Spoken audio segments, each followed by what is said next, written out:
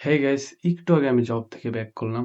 So আমি এখন একটা জব করতেছি। তোমরা ভাবতে পারো আমি এই বয়সে জব করতেছি। আসলে এই বয়সেই জব করা লাগবে, কারণ পরে যে চাকরি নাও পাইতে পারি, কারণ বাংলাদেশের অবস্থা খুবই ক্রিটিক্যাল। সো বিষয় ওটা না, আর আমার স্যালারি খুবই লো।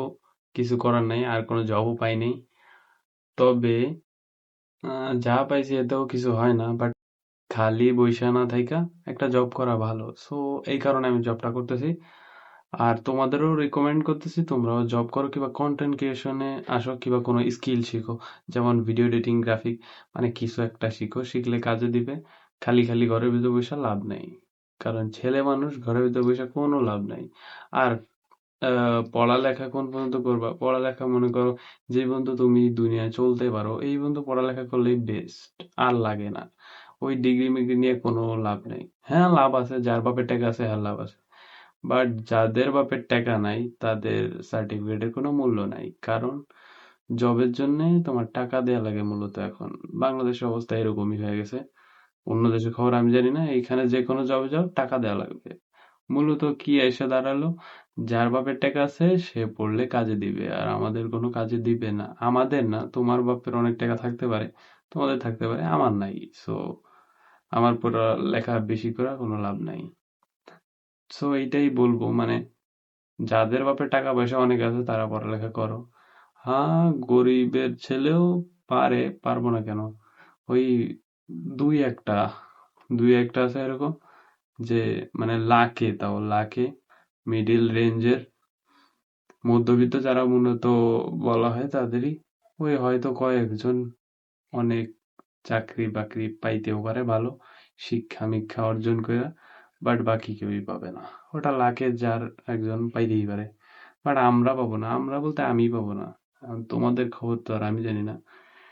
বাট এখন তোমাদের একটা জিনিসই রিকমেন্ড করবো, তোমরা আর অ্যাডভান্স হইতেছে যেহেতু যুগ, সো কোনো একটা স্কিল তোমাদের শিখাই লাগবে, যেমন ভিডিও এডিটিং।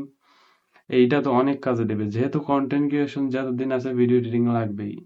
সো সবাই তো আর নিজের ভিডিও নিজে এডিট করে না। যেমন আমার ভিডিও তো আমি এডিট করি, আর কি এডিট করি, এসব মানুষ করেও না, আমি বসে বসে করি। তারপরে গ্রাফিক ডিজাইন, এটা মোস্ট মাস্ট, সব লাগবে সব। সো এইটা করা তোমাদের জন্য অনেক বেটার হবে, এইটা তোমরা করতে পারো। আর আমি ঘরের থেকে বেরোনোর টাইমই পাই না যে বাসার থেকে বেরিয়ে যেয়ে ব্লগ করব, কারণ কি আমার ছুটি হয় 8টা বাজে, তাহলে আমি যাব কোন সময়? সো আরো অনেক কিছু আছে আমার জবের ব্যাপারে, তোমাদের পরের ভিডিওতে বলবো।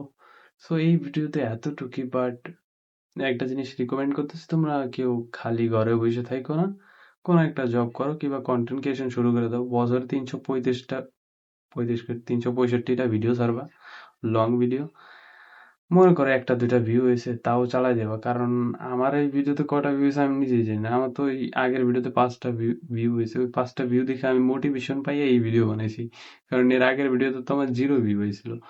সো এতটুকুই। যারা যেখানে আছো কন্টেন্ট ক্রিয়েশন শুরু করে দাও, বাট কন্টেন্ট ক্রিয়েশন না করলেও, মানে কন্টেন্ট ক্রিয়েশন করলেও ভালো হয় আর কি, পপুলারিটি পাইতে পারো। তারপরে তোমাদের স্কিল মাস্ট বি থাকাই লাগবে, না পরে যে কোনো কাজ হবে না তোমার। যতই শিক্ষা অর্জন করো কাজ হবে না, কারণ অ্যাডভান্স হইতেছে যুগ, আর বাংলাদেশের অবস্থা টাইট। সো বাইরের কাজ করতে গেলে তোমার স্কিল শিখাই লাগবে, যে কোনো স্কিল। অনেক স্কিল আছে আমার বায়োতে স্কিল দিয়ে রাখবো, তোমরা যেটা পছন্দ সেটা করো। কিছু স্কিল দেওয়া থাকবে, আর আরো অনেক স্কিল আছে যেগুলো তোমরা শিখতে পারো।